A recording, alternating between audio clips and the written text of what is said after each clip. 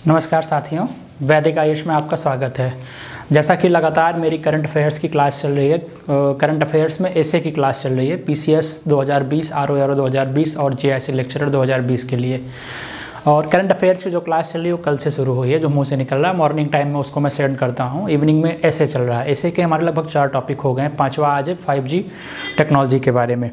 जैसा कि आप लोग बहुत कम सीन करके भेज रहे हो, जैसे दिख रहे हैं व्यूज और सीन भी कम आ रहा है, प्लस क्या कहते हैं आप लोग एसए बहुत कम भेज रहे हो। मुझे लग रहा है कि हर टॉपिक पे 7-8 बच्चों ने ही लगातार भेजा हुआ है रेगुलर, क्या कहते हैं, जबकि देखने वाले की संख्या ज़्यादा है। तो कोशिश करिए कि जिन्होंने मेरे पास भेजा है उसको मैंने अच्छे से रिप्लाई किया, कॉल किया और समझाया भी अच्छे से कि आप ये सुधार करके ऐसे में और अच्छा नंबर ला सकते हो। तो और जिन्होंने नहीं किया है, ट्राई करिए कि आप पीछे से लिख के पूरा आगे की तरफ भेजिए। 7-8 निबंध जो भी क्या कहते हैं आप लिख सकते हो, भेजिए। मैं उसको चेक करूँगा, चेक करके आपको अच्छे से गाइड भी करूँगा। अब देखिए, जो आज का हमारा निबंध है 5G टेक्नोलॉजी पे है। 5G टेक्नोलॉजी पे है।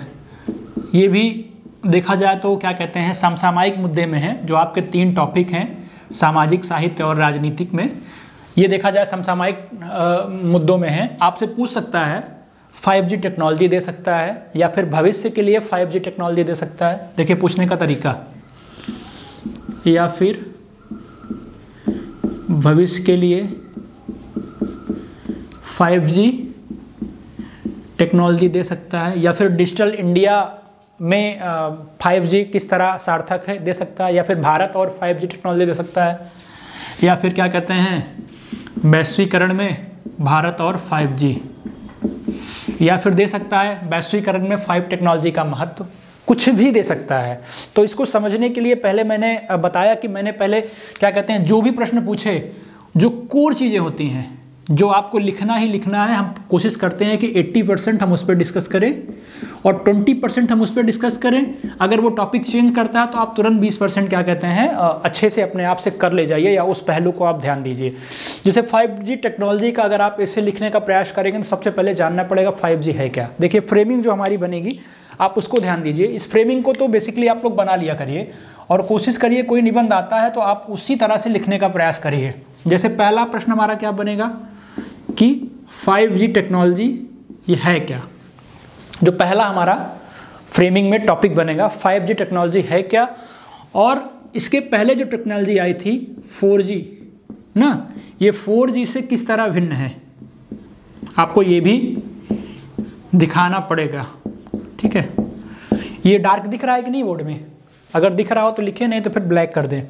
4G टेक्नोलॉजी से ये किस तरह भिन्न है। ठीक है, उसके बाद फिर क्या कहते हैं भारत में 5G टेक्नोलॉजी, थोड़ा सा इसका इतिहास आपको बताना पड़ेगा। भारत में 5G टेक्नोलॉजी, इसके आगे बढ़ेंगे तो 5G टेक्नोलॉजी के फ़ायदे क्या हैं। देखिए 5G टेक्नोलॉजी के फ़ायदे क्या हैं, या इसी के साथ लिख लीजिए कि विशेषताएं क्या हैं इसकी। ठीक है, 5G टेक्नोलॉजी की विशेषताएं क्या हैं और यह विशेषताएं किन किन क्षेत्रों में है। ठीक है, ये अपने आप में एक बड़ा टॉपिक हो जाएगा। इकोनॉमी के क्षेत्र में, एजुकेशन के क्षेत्र में, सैन्य के क्षेत्र में और हेल्थ के क्षेत्र में। ठीक है, हेल्थ के सेक्टर में, और आपका ये सैन्य का क्षेत्र हो गया, ये सारी चीज़ें हो गई। इसके बाद आप एक दे सकते हो जो आपसे ये 20% वाला क्वेश्चन पूछ सकता है। ये पूछ सकता है कि क्या कहते हैं डिजिटल इंडिया में, डिजिटल इंडिया के क्षेत्र में 5G टेक्नोलॉजी सहायक कैसे है। अगला टॉपिक आप इसके आगे बढ़ा लीजिएगा कि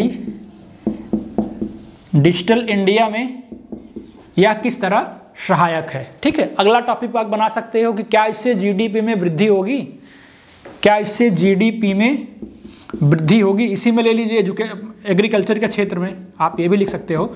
एग्रीकल्चर के क्षेत्र में जीडीपी वाले पोर्शन को हम देख लेंगे या इंडस्ट्री वाले पोर्शन को देख लेंगे।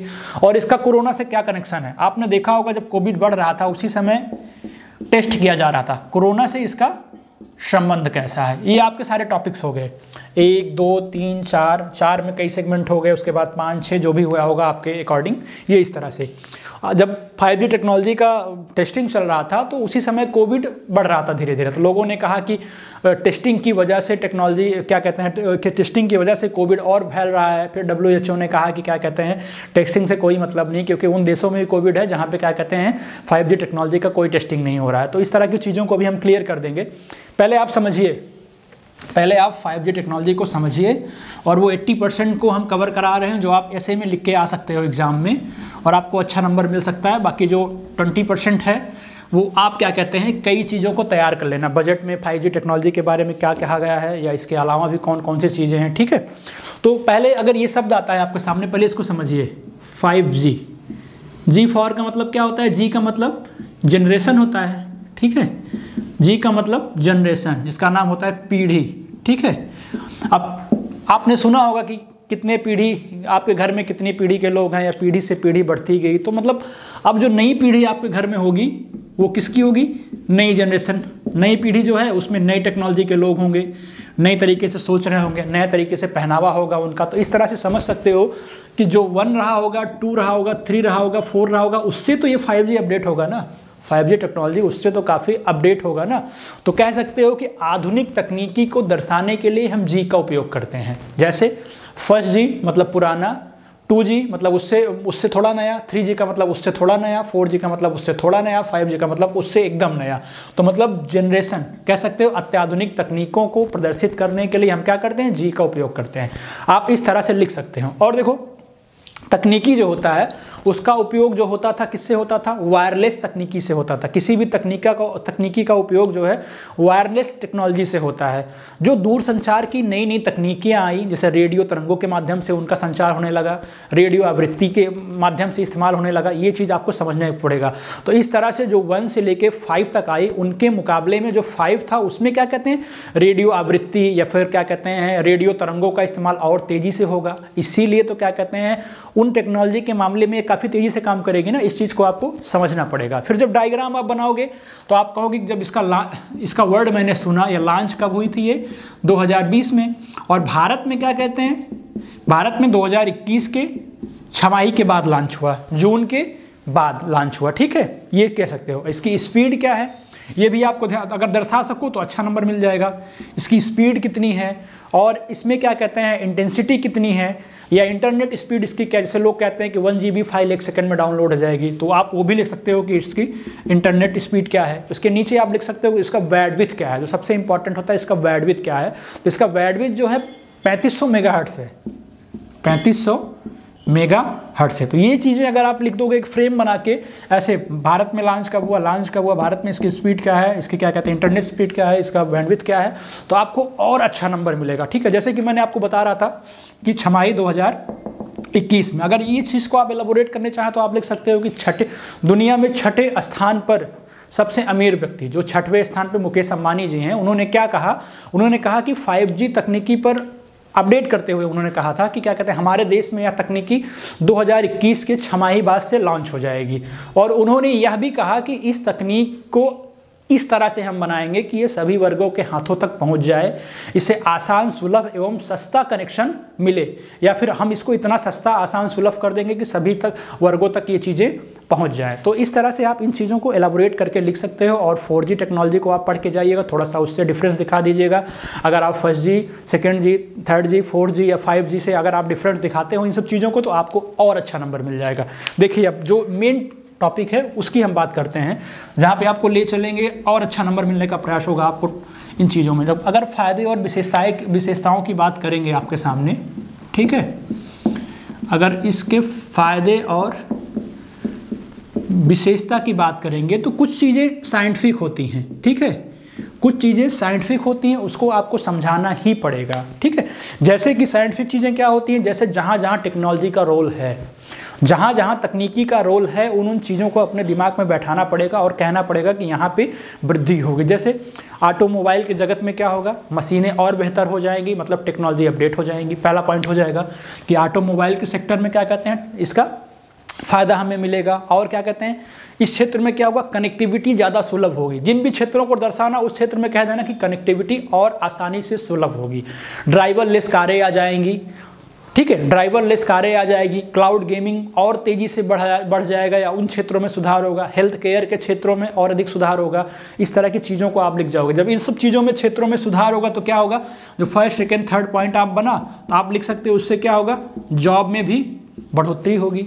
यदि जॉब में बढ़ोतरी होगी तो क्या होगा, 4G इसके माध्यम से लिख सकते हो आप। 4G जो जनरेशन का टेक्नोलॉजी चल रहा है उसको एक नया दिशा देगा, उसको भी ये आकार प्रदान करेगा। तो जॉब बढ़ेगी, जॉब बढ़ेगी तो क्या होगा, अर्थव्यवस्था में अच्छा योगदान मिलेगा, जीडीपी बढ़ेगी। आपका एक टॉपिक मिला ना जो आपने था 5G टेक्नोलॉजी और अर्थव्यवस्था के टॉपिक में, ये आप अपडेट कर दीजिए। ठीक है, और देखो और आगे भी लिख सकते हो, 5 पॉइंट लिख सकते हो कि सभी कार्यों में या सभी क्षेत्रों में इस टेक्नोलॉजी से तेज़ी आएगी, सभी कार्यों में जो इससे रिलेटेड होगा। जैसे डिजिटल इंडिया के क्षेत्रों में ये डिजिटल इंडिया को गति प्रदान करेगा।